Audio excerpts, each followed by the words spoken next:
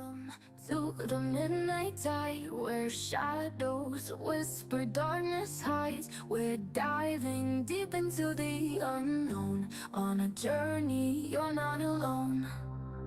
From haunted halls to specters lost, we'll guide you through the eerie frost, with tales that chill and spirits roam. A freaking awesome paranormal show. Ghostly whispers, ancient tomes, mysteries in haunted homes. Brace yourselves, it's time to go. The freaking awesome paranormal show.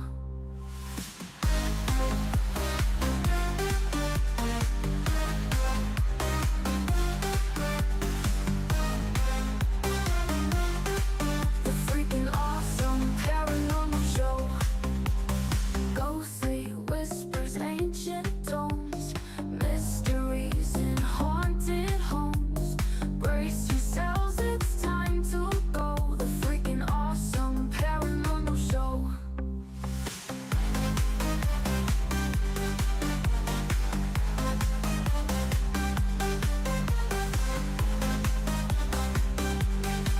The freaking awesome paranormal show.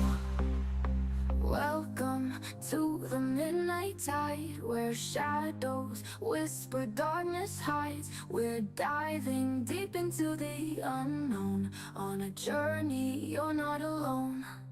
From haunted halls to specters lost, we'll guide you through the eerie frost, with tales that chill and spirits roam. The freaking awesome paranormal show. Ghostly whispers, ancient tomes, mysteries in haunted homes. Brace yourselves, it's time to go. The freaking awesome paranormal show.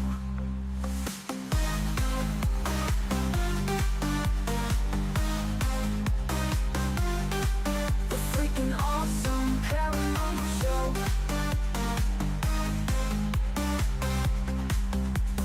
Ghostly whispers, ancient tomes, mysteries in haunted homes. Brace yourselves, it's time to go. The freaking awesome paranormal show.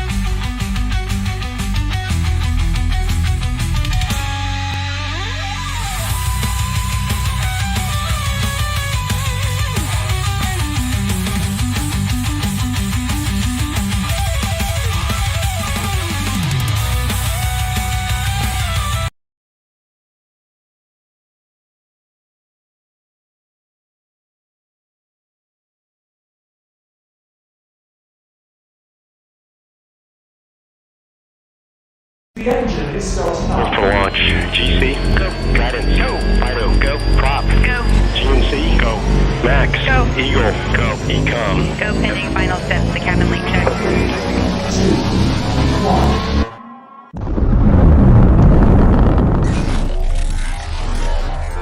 Is there anyone here that would like to communicate with us? Can you give us a sign?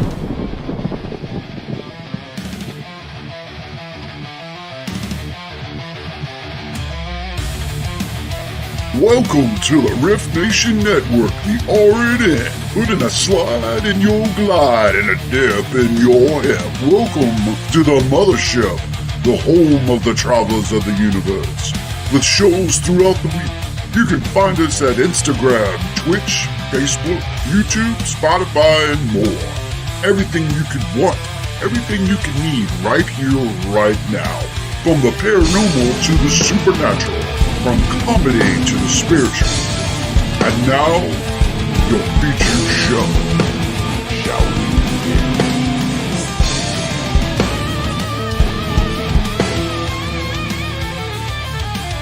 It's showtime, folks! Podcast may contain material that some listeners may find sensitive, offensive, or disturbing. We strive to create respectful and informative content, but topics discussed may include mature themes such as violence, explicit language, or controversial subjects, triggering content including discussions related to mental health, trauma, or other sensitive issues, explicit language. Occasionally, our guests or hosts may use strong language. While we aim to handle these topics with care and empathy, we encourage listeners to exercise discretion. If you find any content distressing, consider skipping or seeking support. Remember that this podcast is not a substitute for professional advice. If you need assistance, please consult a qualified expert.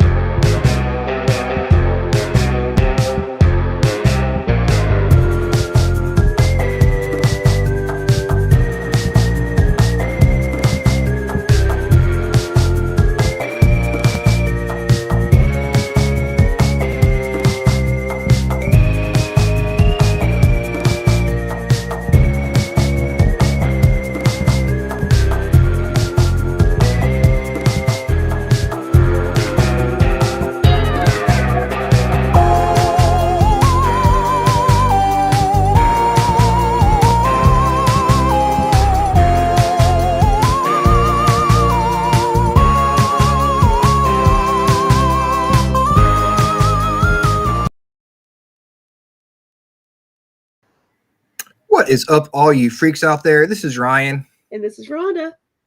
And this is the freaking awesome paranormal show. Woo-hoo. How are you doing tonight? I'm doing good. How about you? I'm doing good. I can't believe it's already the end of April. No, I know. It's so weird. It's this year is gone. We're almost like at a half a year. Yeah. Almost. It's gone by so fast. Really. It's like I feel like yesterday we were doing our January show, you know? Yeah. Now we're almost to Cabin Con. Which feels like it was I feel like we had forever before Cabin Con. Like, no worries. We got forever. We got a while, and now it's like, oh, it's right here. The end of the month. It's a month away. Yeah. Is that just That's what happens when you get old? That like time is it really does. Just kind of depressing, actually. Dennis has been doing a lot of work behind the cabin, clearing out a bunch of land behind the cabin. He had some guy come out with this looked like a bobcat, and it had this grinder thing in the front, grinding up all these trees and stuff to make room for all the people we're gonna have. So very cool. Yeah, it's you wouldn't even recognize the place. There's so much. I've been watching when everybody goes live and stuff. I've been like sneaking in and watching everybody. I don't always say anything, but like I saw you were walking some of the trails like last weekend, and I was like, holy moly, it looks like a different place. Not that it looked bad before, but what he's doing is going to make the I'm going to use computer terms here, user experience. It's going to make the guest experience even better than it was. So yeah, there wasn't much room for all the people he wants to have out there. Yeah.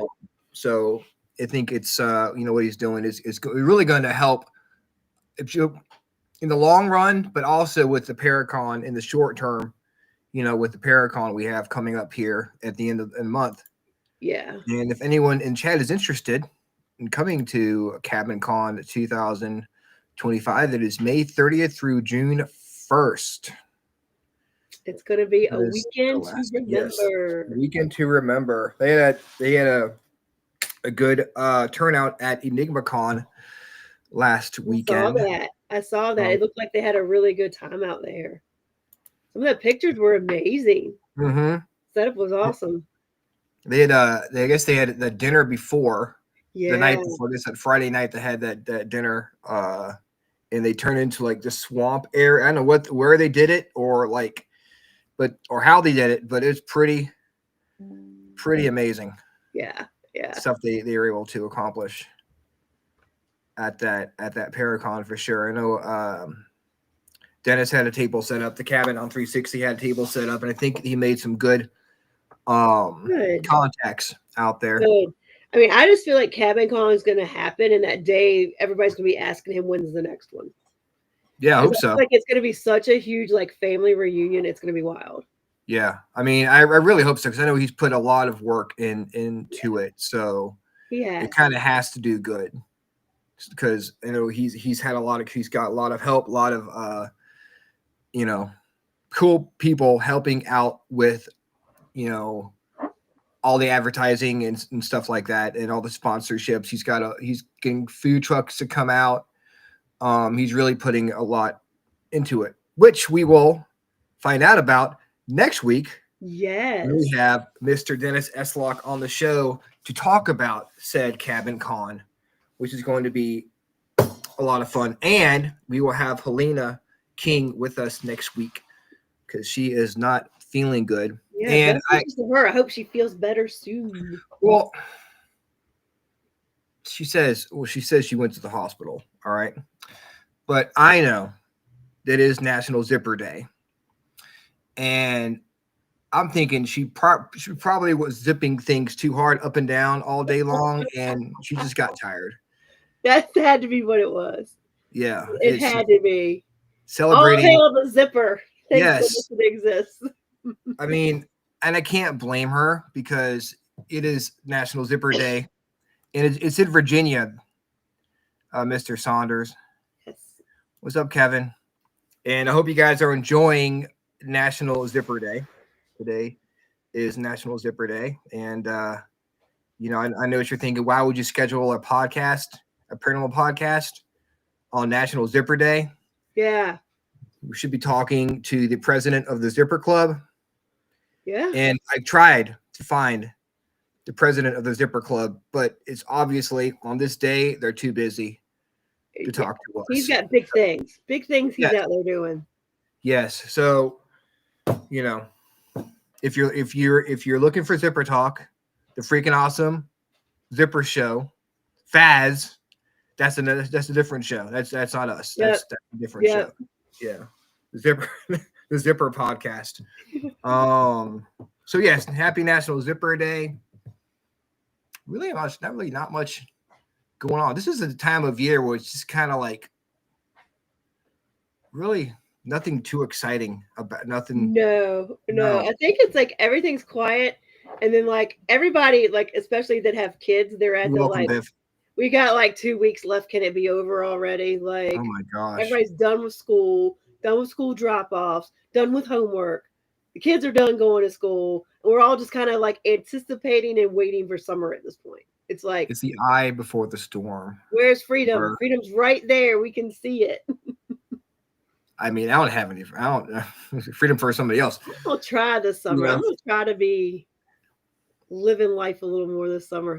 Try to take full advantage of it. But talk about a blink. That one's gonna feel like it was a week. Summer's gonna be like a week. And summer is going to be a year. Summer is going to be a century, like it always is. I'm No, just one step closer to the fall. That's what I keep telling myself. winter was like the never-ending story this year. Never ending winter. Da, da, da, da, da, da, da, da. I've been so unmotivated for some reason. I don't know what it is. But these past few days, I'm just like, oh my God, I don't feel like doing anything. I barely zipped things today. Which, National Well, I hope Zipper you Day. didn't Of go out course, in I'm going public up. without zipping things. I know. I had to zip my pants up, and that was it. I mean, jeez. Where's my holiday mean- spirit? I'm like a freaking zipper Grinch over here. Oh my gosh, guys. Hope you guys had a great weekend. And why don't you go ahead and acknowledge all our cool freaks in the chat. Yes, we Please. got Thank a you very full house much. in here. Hello, Teresa and Lois and Biff and Michelle Kleckler Caps and Ashley Herndon and Chris Fox Roden and Renee Cody and Kevin and Crossover Paranormal Society. Hello and welcome in. We're excited for tonight's guest and all our stuff before the guest. Crossover Paranormal Society. We should have them on the show sometime. Yes. So what do you think Shirley would be like would be mad if we decided to talk about zippers all day instead of talking about what she I mean, she What's might your have favorite- great insight on zippers. We you don't prefer know. jacket We know zippers she has or lots of insight about the paranormal and tarot cards and spiritual stuff and Reiki healing, but she might just be a zipper expert. we found her secret fetish. Zippers. Might add. Brown chicken, brown cow. So I believe that our freaks need to learn what to do and Yeah. how to live their lives for the next week. Let's see what the cards say for this week. Still pulling from the spirit animal deck. I've kind of grown to like this one a lot. I'll switch this up again here soon, but I like Go with what works. We don't want to switch things up. this one's feeling pretty good for right now. You've been giving pretty good advice lately. Yeah. Let's see what we got. Ooh. We've got the eagle. And the eagle, didn't we have a bird last week? What did we have last week? We had a unicorn last week, I believe. Anyway, we've got the Easter. I'll take your word for it. owl. I don't remember. But eagle mastery, you are on a spiritual journey beyond the sky. Let go of the past and soar. You're guided by the winds of spirit. Your wisdom inspires the world. So when I look at this card, what it means to me, Thanks, the Keith. eagle is kind of like the master of all, and for me, he feels like the bird of all birds. He's kind of like the big grandpa of the birds. You know what I mean? All knowing, all seeing. But he's always got the bird's eye view of the world instead of looking at things with tunnel vision. So I think, and he's got the large wingspan. He's got this whole sky that's just his, and he's so much part of, he's such a big presence in his own right. So I think it's this week. I think everybody just kind of needs to look at things from a perspective of not limiting yourself to your limiting beliefs and the things you've always been taught. Kind of think outside the box, expand your horizons, everything you look at, maybe when you're trying to make a decision or you're looking at something, try to look at it the bigger picture. See what the bigger picture is for you and not so much hone in on the small things, because sometimes when we're honing in on those small things, if we're a big bird and we're honing in on this little mouse down there, we might miss a creature that's a little bit bigger. So keep the tunnel visual side and look at the broader scheme of things this week. Yeah, it's like taking a step back. You can't get much more of a step back than soaring as high as you can go. Look at the big perspective the of things this week. Yeah. That's some good advice. Yeah, I like that card for this week. Yeah, that's all right, guys. So that's the advice. Take your problems. Trying to see, it's hard to see the forest through the tree. Sometimes you just got to take a step back and try to get the big picture. Well, yeah, because if you've got the tunnel vision and you're looking at one thing, you're honing in on one thing, you miss all the other good things that could be going on around you. Even if, whatever it is, you could be missing the real answer to the problem. You could be missing this really cool thing that's right in front of your face, because you're looking at this one thing. So look at the bigger things. Instead of concentrating on one problem, like, oh, this right here is really bothering me, take a step back and realize that there's like in the big scheme of things. What is it they say? Really 5 minutes, 5 hours, 5 months. Is it going to care? Am I going to care? There's a Blues Traveler song called 100 Years, and it says it won't mean a thing in 100 years. So whatever problems you have isn't going to mean anything. Yeah. In 100 years. Yeah. How much is this really going to cost you? Like, is it worth your worry right now? Yeah. I mean, I guess there are some things that'll matter in 100 years. Like, but in the minute things aren't going to matter in 100 years. I'm not trying to say every problem won't matter in 100 years, but I had a good time with you guys on Sunday. It was fun for your anniversary show. You guys who don't know, the Orion Effect, the grandfather show, the show that started it all.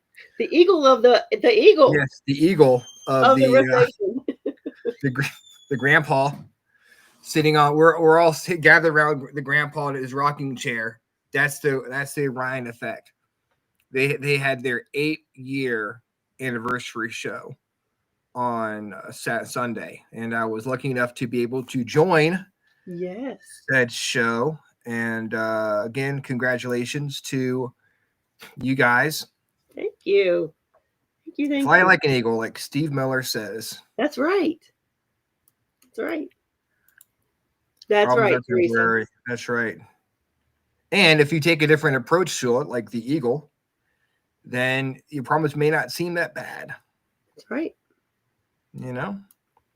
So this week on the Freakin' Awesome playlist, every week we suggest some songs for you guys to listen to, and I'm going to have to talk to you about your list, your Freakin' Awesome playlist. Shoot, yes, I need to coming up. Oh my goodness! Well, coming up in 2 weeks, I think. Yeah, not this weekend, but the next one. So next weekend. I need to get that together, don't I?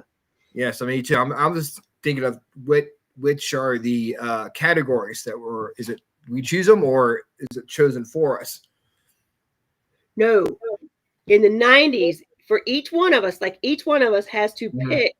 Well, you choose your own categories. They just all can't be the same. So you could pick reggae, dance, easy, but not rap and hip hop. That's the same thing. But it all just needs to be different genres of music. Okay. All right. So, all right, cool. So this is for this week. We all suggest songs for our listeners to check out and maybe expand your musical horizons. So Howie, his song is "You May Be Right" by Billy Joel. Oh, that's a good one. Yes. Which seems familiar because I used that song on the the road trip soundtrack. Yeah. It's a good song. I don't blame him for using it. No, that's a really good one. That's a really good one. Shirleyann Spencer, her song is "Burn the Witch" by Julie Lavery. Ah. Yes. Nice. And my song is "Goodnight Irene" by Jimmy Buffett. And I picked Leah from Donnie Iris. You need to send that to me because I'm trying to make a because I don't know how to spell Leah. Yeah, I don't, It's an oldie but a goodie. Well, I don't know how to spell Leah. It's Leah, like the name. Oh. All right, so just write it down for me. I will. All right. So now it's time for the Freakin' Awesome question of the week. And I'm going to bring on Shirleyann Spencer for this question. Hello, welcome. Hello. Hi guys, how are you? Good. Doing good. Happy National Zipper Day. Yes, happy National Zipper Day. I actually wore one today. There you go. See, that's what I call holiday spirit right there. There you go. Dressing the part for us. So the Freakin' Awesome question of the day what is an unpopular opinion that you have? Ooh. An unpopular opinion that I have. We're all friends here. No judgment. That,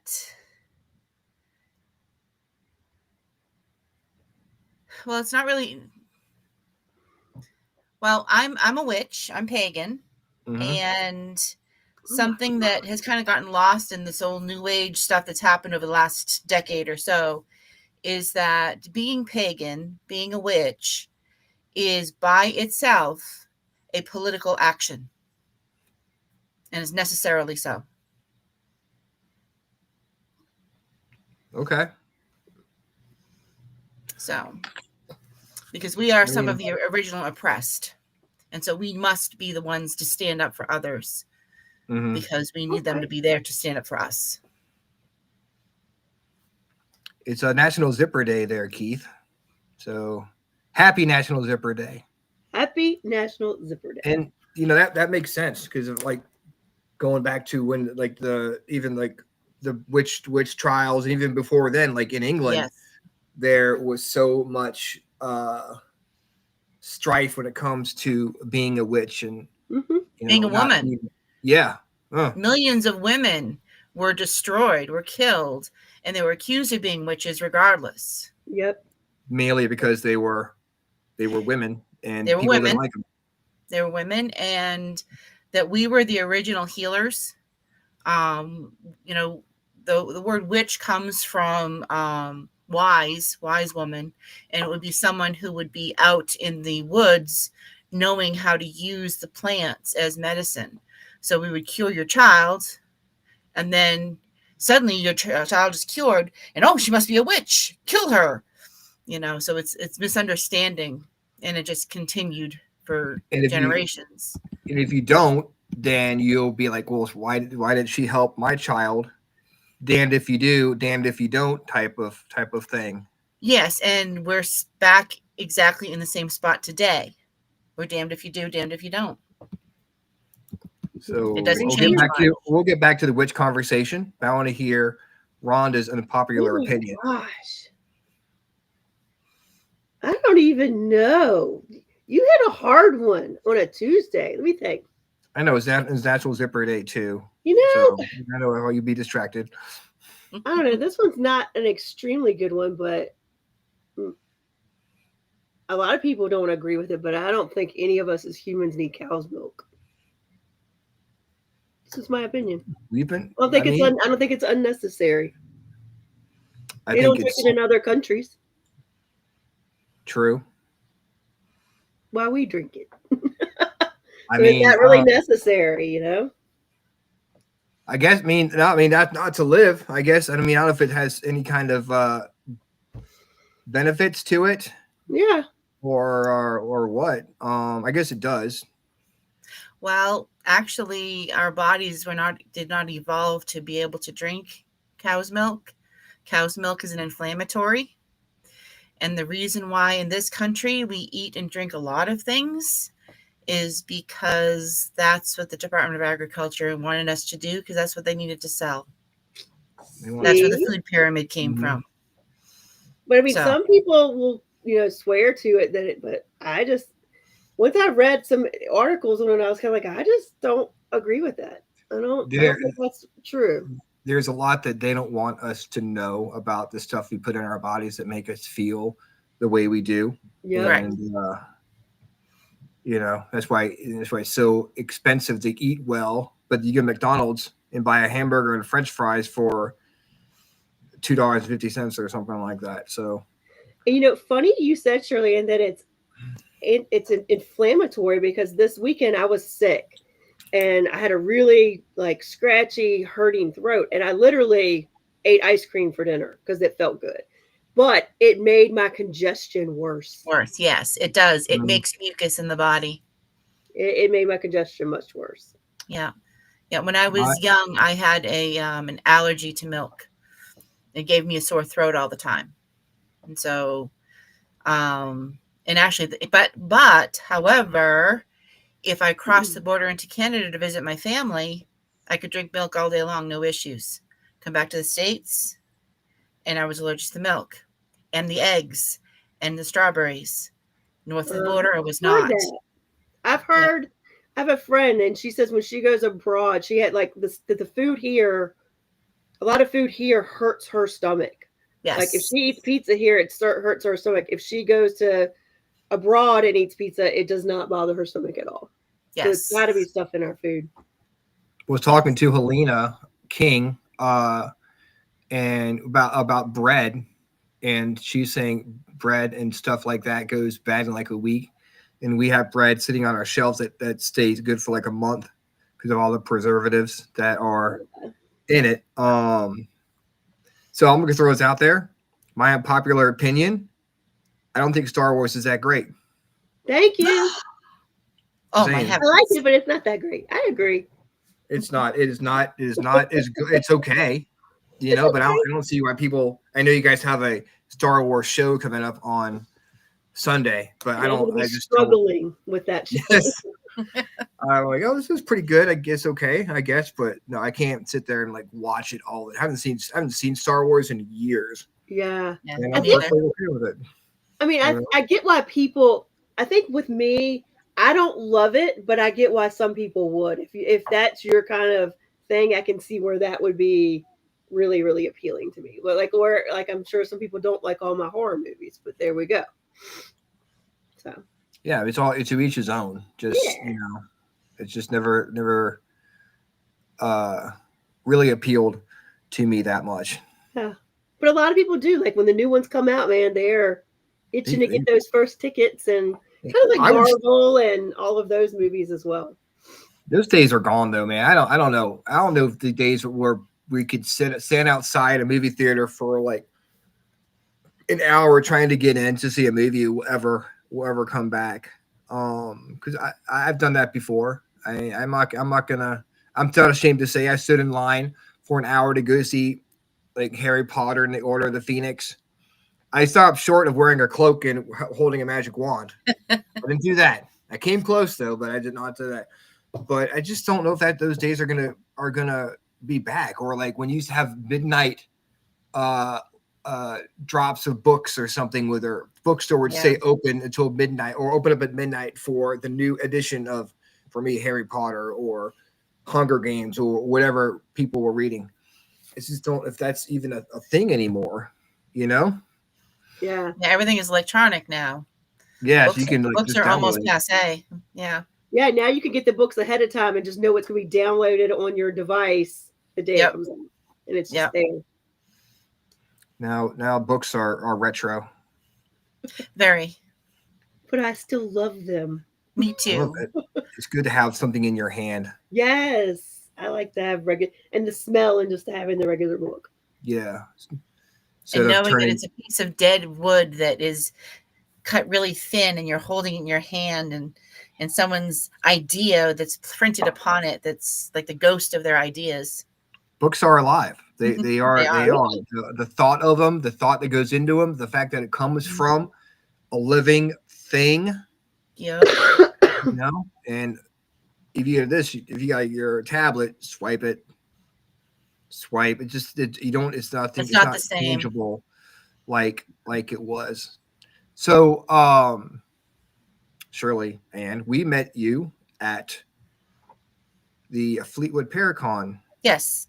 Last year. Can you tell us where you're from? I am originally from Massachusetts. I'm living in Martinsville, Virginia now, but I'm originally from Massachusetts. I was raised in Lynn, Massachusetts, which was part of the old Salem Village. And as it stands now, it's next to the modern Salem. So I grew up in all the Salem witch trials history, very deep in that history, plus the Revolutionary War. The memorials around there is all about the revolution. You know, we don't have much about the Civil War up there. Right. So that's what I grew up with. So that, and all of that is north of Boston, and Boston was only 13 miles away. So, so again, that's the kind of history that I was steeped in until I came to Virginia about 10 years ago. And then being hit in the face with Civil War everywhere here, it's very, very different. And the feeling of the energies are different between the two states in huge, huge ways. I was actually able to go on to a Revolutionary War battlefield here in Virginia, where George Washington's headquarters were, and it feels so different than like the Gettysburg battlefield. The energy on it's so different. And that made me understand a little bit better of how the energy felt back in Boston, and why Boston always felt so much like home for me. I mean, granted, I was born up there, but it's just the energy is very, very different. And so that is sort of what helped fuel who I am. Why do you think that is? Yeah, I was gonna say, Is it a personal thing, or is it just an overall The energy feeling, thing? I think the part of it is that the Revolutionary War feelings, you can feel hope in there. You can feel hope and a yearning for something more, something we were building. Where the Civil War was just a clash, and there was despair because even now people still fight about what were we fighting for, what was really the root of it all. For some people, it hasn't ended yet.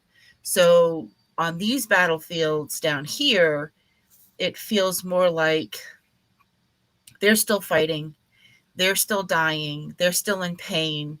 When I go on the battlefields, I'm always finding Union soldiers that are, because I'm a Yankee, they tend to, come towards me, but they're always scared. They're always looking for comfort. And, that's not what I felt on the revolutionary side.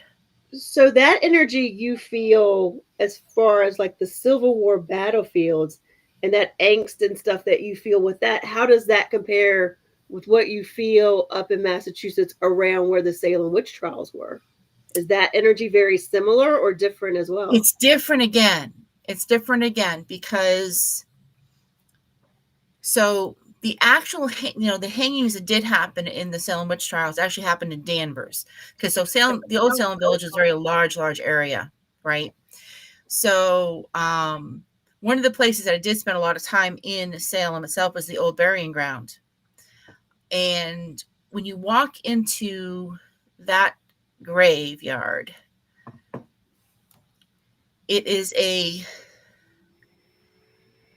sort of a darker energy. It's not the clashing despair like you feel in a Civil War battlefield.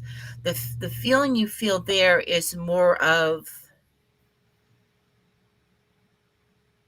you can feel the fear that people were living in. That, like, if you go into the witch house, where up on the upper floor, that is where they would strip the witches down to look for the witch marks in their bodies. In that room, you can feel that humiliation, that shame, that fear for your life, because you knew that, God forbid, they found that mole that you were born with that has absolutely nothing to do with being a witch, that you're going to be put to death or imprisoned or in any case, taken away from your family. You can kind of feel that. So it's different again. It's not the same as like a war.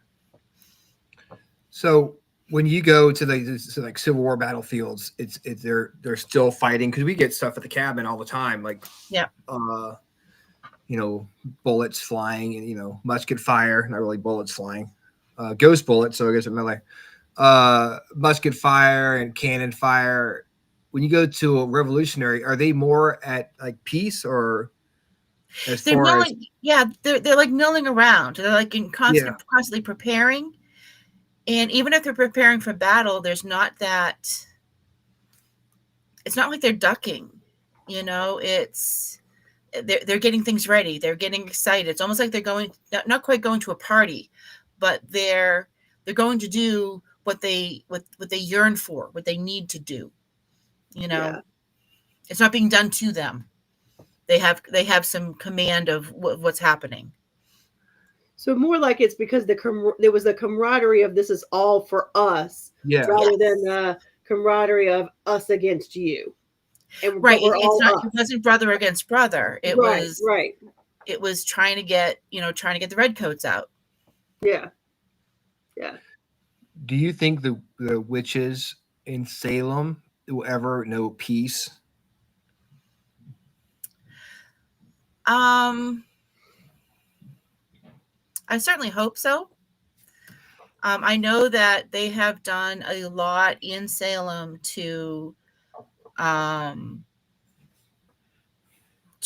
they've done some pardons. They've done some legal proceedings of pardons for some of these men and women that were imprisoned and lost their lives in whichever ways. And we remember them. Every March 1st is the memorial for the Salem witch trials. And so we remember them. And it's a very live, vibrant witch community up there. And so, we're not going to let anyone forget. And we're going to remind them that it wasn't just witches. It was just men and women that owned property. Okay. Yeah. Witches is just a name that they put on everybody just to make them seem unclean or ungodly. Some of them, they just owned property, and whoa, we don't want that to happen. That woman's husband died and she now has that property over there. The church wants it. She's a witch. Let's take it away from her, because that's what would happen with their property. The property would go to the church. When I felt a lot, I was going to say, when I felt a lot when I was there in October, Ryan, to go to your point of like, will it ever be forgiven? I don't know if they'll ever be at rest, but I think I felt more than I anticipated was the feelings of their families, not just them, but they were mothers. They had children that watched this happen to their mothers. Yes. And that's the blemish I don't know that can be undone. True. It's generational. And once you get accused, even today, once you get accused of something, once someone calls you that, whether you're whatever they call you or not, it sticks with you. And that goes through generations. And like you said, even today, if someone calls you something without proof, even if they don't have proof of it, people still might think of you that way. So even the people who were found not to be a witch, or if that even ever happened, still had that stigma attached to you. Look at like Lizzie Borden. Once she was accused of killing her family, then it doesn't matter if she was acquitted or not. That's what people thought. People made songs about it. Yeah.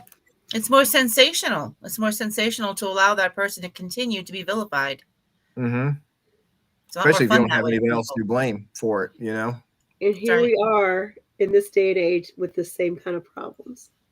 Dealing with the same it's thing. Even worse, because it spreads like wildfire now through social media. Yep. It can at least it stayed in the town back then.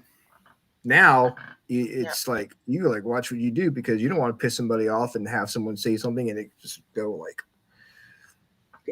all over the place, and before you know it, you wake up and you have like all these media posts about you. Imagine if you're a witch now and that stuff was going on. Yeah, there'd be YouTube videos, shorts, people, memes, everything. Well, the witch is still considered a crime in some countries. Especially in some of the African countries, that if you are considered a witch, that you are put on trial. And I'm talking like regular, normal criminal trial. That still exists in the world today. And so that is why I said at the beginning that, being a witch, you have to be an activist. You have to be willing to stand up for it. And so I've been out of the broom closet for nigh on 30 years, and I'm a professional. I'm an accountant by day. And so I am completely out of the closet here, even here in the middle of Virginia. I'm just like, this is who I am. Take me, leave me, whatever. It's not a hobby. It's a way of life. It's not a hobby. That's right. It's right. It's for those that just want to do it on the weekends and dress up fun and all that. If it's a fashion or a fad, that's not the same. Mine is a faith. So yes, most of my clothes are black. It's just, because it's a protective color. But that doesn't mean that I dress like a witch every day. I am a witch every day. Hat and ride through the work. I do that for the public events because it's fun for them, and it's fun for me too to kind of branch out a little bit. But for me, it's definitely a faith, not a fashion, and it's also it's a belief system that that gives me strength to get through these turbulent times. Okay, I have a question. What is the pointy hat? Does it have a significance? You know, there is a story about it. I don't remember what it is offhand right now. But there is a story to that. We'd have to Google that and look that up. So there is a significance to it. Well, I'll go ahead and Google that and look it up while you go out. While I ask you the next question. Yeah, I was not expecting that when you said I have a question. I was like, not expecting that one, Ryan. Yeah, no, me neither. I don't wear a pointy hat. You know, even when I have a hat, it's usually slouched over or something. So, but was a reason for it. And it's I'm a random sure question that popped in my head. I was like, well, she's here. She's a witch. I'll ask her. What's the point? The pointy hat. Okay. Let's see. The pointy black witch hat is a powerful symbol in popular culture, primarily used to instantly convey the image of a witch, whether good, evil, or otherwise. It acts as a visual shorthand, signaling the presence of a character who is potentially okay. I guess. Here's the point of the hat: symbol of magic or power. The point of the hat can be interpreted as a focal point for the witch's magical energy or connection with the spiritual realm. And that's interesting because the point would land in the same place where that higher chakra is. Yeah. Right above your head. So that makes sense. That There makes you go. sense. Now you know. That first description that you had, that is, and so I was going to say, I know that there's a literary explanation for it to automatically identify someone as a magical being, but then they would also make my face green and put a wart in my nose. Right. Yeah, I wonder if the Wizard of Oz had a lot to do with that as well, because the witch wore a pointy hat. Yes, but then all wizards would have a pointy hat as well. That's true. They had the ones with the stars and the moons on it, like Merlin. Yep. You know, yep, exactly. Interesting stuff. So, how did you how did you know that you were a witch? How did you come to that realization? Was it a family thing or something you discovered on your own? It was not a family thing. I was actually born and raised Catholic, so I'm a recovering Catholic. And I've had all of the sacraments through confirmation, and I was actually married in a Catholic church. My first marriage was anyway. And I was very active in the church, and I was working with priests, and I was working with people who have converted, and I was working with the RCIA program, which is the Rite of Christian Initiation for Adults. And the more I learned about the church and how the administration works, the less I believed. It didn't end my belief in the divine. It ended my belief in the church. You know, it just, there was a nun that just didn't treat someone correctly with the initiation process. And it kind of made me kind of wonder if maybe I should look at something different. And so I'm like, well, Jesus was a Jew. Maybe I should look into Judaism. And I had mentioned that to someone who had converted into Catholicism. And she was a good friend of my mother's. And she told me that if I were to become a Jew, that I would be damned to hell forever. And I'm like, that doesn't make any sense to me. And then I would ask questions like, you know, well, if Adam and Eve and they begat Cain and Abel, and then Cain killed Abel, and then Cain went off to marry into this large city. Wait a minute, the math isn't mathing. What's happening here? And I was told, don't ask questions, just believe it. Don't overthink it. That didn't work for me. I'm a scientist at heart, even though I'm a witch. But I'm a scientist at heart. I believe in logic, and I want to be able to figure things out. So I started just searching. I just started searching at that point. I was looking at all different religions. And of course, it helped that Salem was right next to me. I'm spiritual by nature because I'm part Native American. So I started looking into that part. And so I just kind of fell into it. And I started looking at at the pagan path, and things made sense. because I was able to start explaining the pagan path in scientific terms. I now understand that that the magic of yesterday is the science of today. Mm-hmm. And that's how it continues to go. We're working on finding the God atom, the God particle. The fact that we're getting an answer, that we can't answer everything. Quantum physics has changed the whole field of physics, because now we realize there's something we don't understand, and that thing we don't understand right now we're still calling the divine. Eventually we might be able to map what the divine is, but until that point it's still magical.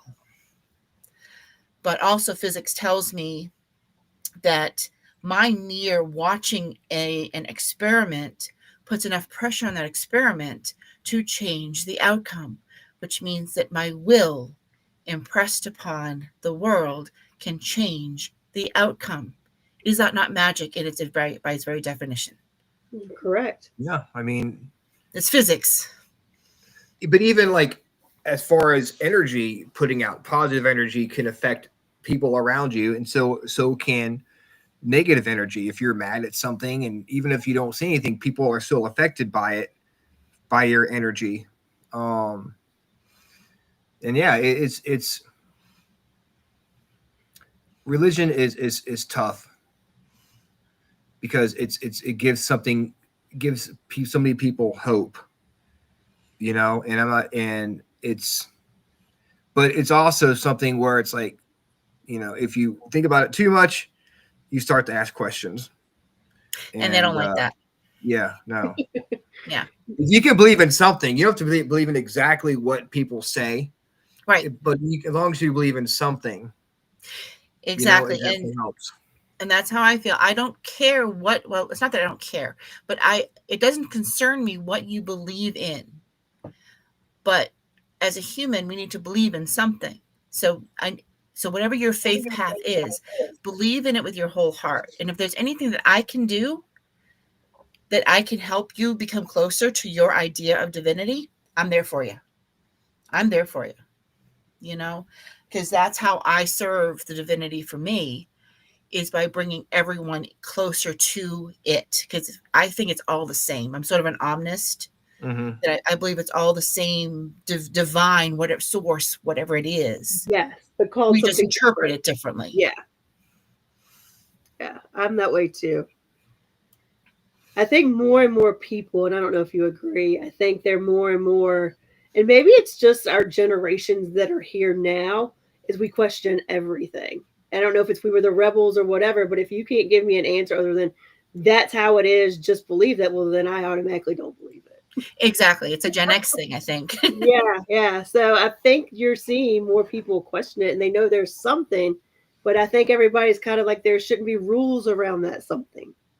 Right. And people do look for rules. They look for that Mm-hmm. structure in their organization. It's like that doesn't exist in the pagan path. There's some guidelines to help keep you from getting yourself into trouble too early, but there's no real rules. We don't have a book. Right. We have several books. We have the entire library of literature. We have the entire library of the Akashic records. Those are our books. We don't have one book. Right. Do you think we're going through an awakening? Absolutely. We're going through we've been seeing it. We as the spiritual community have been seeing a storm coming for a long time. And I'm afraid the storm is not quite yet here. We're starting to get battered by the outer winds, but it's not quite here. And yes, there's an awakening coming, because I am meeting more and more people like me, and we're finding each other in the weirdest way. So I have to say that Spirit's bringing us together, because we're going to need each other in the final, whatever it is. I don't want to say battle, because that just sounds weird. Do you think social media and what we're doing here is helping prepare us? And Teresa, that's what we're here for, helping you learn new stuff. Is helping to prepare us for the awakening? Like, you think if it would have happened like in the 70s or 60s, do you think it would have made as big a difference as it's going to make now? Because we can spread the word more easy compared to back then. Well, back then they had its own awakening. It was the age of Aquarius that they were preparing for. We are now in the age of Aquarius, and we are going through what is what the change is going to happen to the human race. And so, yes, social media is going to help because we're going to get more ideas together, because none of us have the right answer. We all have an interpretation of what's coming. So the more of us that get together, that get our ideas out there, the more we are able to evolve our own understanding and get closer to whatever the truth is, so that we'll be ready in time. So yes, social media is helping. Yeah, because you know what you just brought to mind when you said that, Shirleyann, was, you know, there was spiritualism way, way, way back when, right? And it came about and it was kind of shut down and then closeted it again. And then we had the age of Aquarius where it opened back up again, and then the door started kind of shutting again. And now it feels like it's coming back again, but with a resurgence and with more people being open to talking about it publicly. Yes. Like, it's not even that there's the social media, it's that people aren't as afraid to say it. Right. Even with the political climate that's out there, that could put a target on my back for so many reasons. One of them being because my father was not a U.S. citizen when I was born. I was born here. My father wasn't a citizen. My mother was born here. Her mother wasn't a citizen. My grandfather, his parents weren't citizens. So I'm third generation, first generation. So depending upon how they want to go with the birthright citizenship, I might be pushed out. But we have to be able to have the courage to speak out and speak truth, whatever that truth is. Which is one of the reasons why I came out of the broom closet so many years ago, because I'm taking back the word witch. I am taking back and getting rid of the literary reference of the green skin and the big nose and all of that. And the idea that, oh, you must worship the devil. Well, it's hard to worship the devil. We don't believe in the devil. We don't believe in it the same way that the Christians do. So trying to educate people every chance I can with what it really means to be pagan, what it really means to be a witch, that we are normal people. There's more of us than you think. There's a lot more of us than you think. You know, I've talked with friends about that. It's almost like any of us, depending on what you do, like, because not everybody considers themselves pagan, but there's a lot of Reiki masters out there. There's a lot of psychics and mediums. There's a lot of different things, and all of us in that time period would have been called a witch. Yeah. Yes. Under one big umbrella. Under one big umbrella. Yes. Whether you're just an herbalist, you know, you make concoctions out of plants in your garden. That's right. You could be considered a witch back then. Absolutely. God forbid you had belladonna in your garden. You know, because we all know that the difference between cure and poison is just the dosage. True. Yeah, that's true. So how did you get into the paranormal, like ghost hunting and investigating, stuff like that? Well, I'd always been able to see spirits, and the way that I see them is I see them as shadows. So I see them as darker shadows in the shadows. And I automatically, the scientific mind tries to debunk, well, there shouldn't be a dark shadow right there. That doesn't make any sense. The ambient light should be not having that happen. So, and I've always sensed things around me. I've always had weird dreams and all of that. But I never really started doing any sort of ghost hunting or anything like that until I came to Virginia. Because most witches are kept sort of, you know, in the basement or in the closet and away from things, I was trying to find my people. And it's hard to find your people. You know, I found one group, and that group kind of fizzled out, but I found them on Witchvox. Then they closed down Witchvox. Witchvox was a wonderful website that had been out there for a long time. That was the one place where you could possibly find a group in your area, because groups would put it on there and say, hey, we exist in this area. It's the only way you could find them. So since that wasn't really an option, I'm like, all right, well, where else could I find weird people? And I just happened to be searching one night, and I came across the event on Facebook for the first Fleetwood Paracon that was being put on by Transcend Paranormal. And I'm like, all right, it's 4 hours away. I don't care, honey. I'm going to go check this place out. And I did. I walked onto the property. The first person I met was Denise Smith, who was part of the Spirit Guides Paranormal at the time. And as soon as I met her, I knew that I had known her in other lives. She and I, our eyes met, and we're just like, I know you. And I love you. It was just, we knew. And then I walked into the church. I wanted to see one of the, actually, Steve Dills from Transcend was talking. So I went in there and I sat in the back, and I was just sitting there, arms crossed. And I felt something lift my hair in the back a couple of times. I'm like, oh, yeah. Hello. Okay. Broad daylight. This is like 2:00 in the afternoon, I tell you. Okay. Those don't have a time schedule. No, they don't, especially when it's somebody that they're interested in. So then I go outside, and I think it was RVA that was set up right there. I walked up to the table because it was the first time I was actually near any of the cool gadgets and the REM pods and all that stuff. I had no idea. I had watched Ghost Hunters before, but I had no idea what these things did. I walked up, and one of the REM pods was going off like crazy.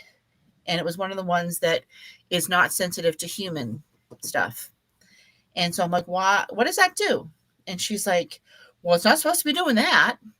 So I backed up and I stepped forward again, and it didn't go off again. I'm like, well, obviously I wasn't alone at that moment. Then it kind of became the talk of the Paracon. So I met a whole bunch of different people, and I was hooked by the end of that investigation that night, because it was just, I'm like, these are the weirdos that I need to be with. This is, I knew that that's what I needed to do. And so I just started kind of following, going to public investigations, and got to know the people better and better and better. And so now, they're all my friends. I hobnob with all of them. Some of them are on TV, some of them aren't. And I don't even know which ones are which. And I just don't care, because they're just all my friends. And it's very exciting. And so, and the best part about it is that not only am I able to be weird in public, but I'm actually been able to help people. It's giving me the opportunity to do gallery readings where I could help people, to put me in front of people that needed the message I had from Spirit at that moment, so I could help them feel better. And that makes my life worth it. I love that. That's gotta be such a good feeling when you find your purpose, and you find your people, your tribe, Yes, so to speak.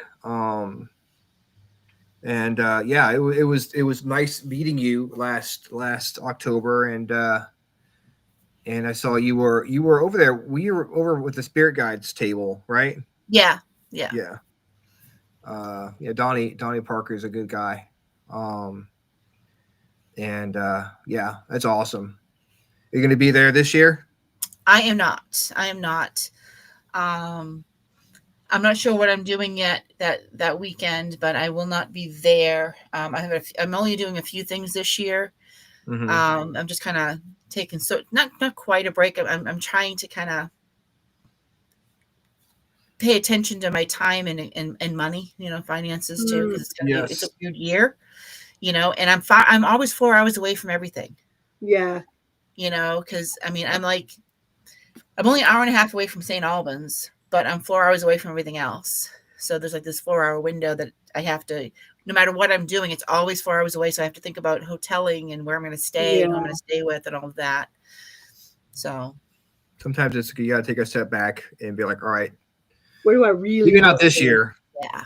But maybe if you take a break and come back next year, you'll be even more refreshed and ready to go. And I'm letting opportunities come to me right now rather than seeking them out.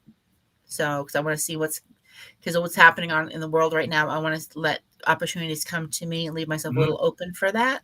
And I'll know which ones are going to be appropriate when I need them. Yeah, let life take the lead. You know, like Rhonda says, take a step back, get the bigger picture, become the eagle. Yeah, and we got to go full circle. It just proves the cards did not lie. Yes, the card. Well, my spirit animal is owl. I've always been the owl, so I'm always taking a bird's eye view of everything. Yeah, yeah, and especially the owl, they got great vision because they usually go hunting at night, so they definitely can see things from a different perspective. Man, we're getting towards the end of the show, and I just wanted to thank you for coming on and talking with us tonight. Is there anywhere people can just maybe follow you on Facebook? How do people get in touch with you? Yep. So on Facebook, you can look me up under Shirleyann Spencer, and I also have a page. It's Oracle Readings by Shirleyann. I'm also on Blue Sky under Silver Spencer. I'm going to be at the Blue Ball Inn Paracon in Clearview, Virginia on May 17th and 18th. That place is really neat. I don't think they're doing an investigation, but for an extra fee, you can get in and at least see the house. The house is very active. It is really, really, really, really neat. And then I'll be at the Gettysburg Battlefield Bash, of course. It'll be my 4th or 5th year running. And that's the end of July. So those are the two things that I know that I will be at. So if you need to see me, I'll be there. So at the Paracon at the Blue Ball Inn, I will have a table. So I'll be there doing readings and selling some really cool items, some sprays and some scrying mirrors. At the Gettysburg Battlefield Bash, I won't have a table. I'll be walking around, but I always have my cards with me. So if anyone needs me, I'm there.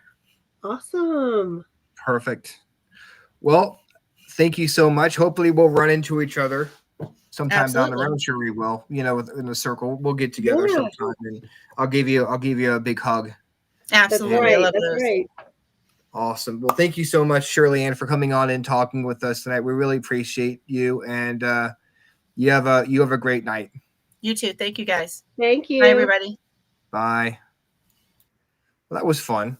I enjoyed that. Cool. It was a fun conversation. It's fun to see where the conversations go. And I like when they educate us. Like she really educated me on some things that I didn't know. So that's perspectives of ways of looking at things, and I just love that. That's what we're here for. Like Teresa said, we're educating people tonight, and Shirley did a great job of doing that. She's really good at explaining things. Yes, I love when somebody can really dive in, but explain it in ways that everybody kind of understands where they're going with things. I think we just kind of graced the tip of the iceberg with her, and I agree. I think she may needs to come back.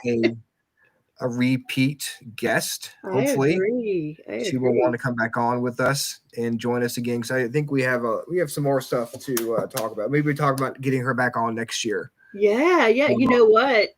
Since she's such an expert of everything, maybe sometime around that March 1st, like Salem witch. There we go. Idea would be a good idea. I'm gonna see. She Shirleyann's on that. We'll see if we have her on right around the beginning of March next year. Yeah, that'd be awesome. Yeah, we'll talk about doing that. And because we can do that. Yep, here we go. Awesome. We are booked. I just booked October 28th. That's I booked Hill City Paranormal for a Halloween special, 2-hour special. Of course, they need to be because they were our Halloween last year. That was just fun. We're doing a double show. We're going to be joining them on their show, and they're coming on our show. So that's the latest. That's gonna be awesome. Thing we have going on is October 28th. So we are doing good as far as bookings are concerned. And we have so many cool shows coming up for you guys. I'm super excited to be talking to Dennis Eslock. Yeah, my brother from another mother. Speaker, so that's going to be a great show. And he'll have all the information about Cabin Con next week, and we're going to get out here, pimp it out, Cabin Con. Pimp out Cabin Con. Yes. There we go. Hashtag Freakin' Awesome Paranormal. So thank you, Michelle. Thank you, Michelle. Join us next week as we welcome Dennis Eslock, the owner of the Cabin on 360. Same freaking awesome time. Same freaking awesome show. Have a good one. Bye, y'all. Bye.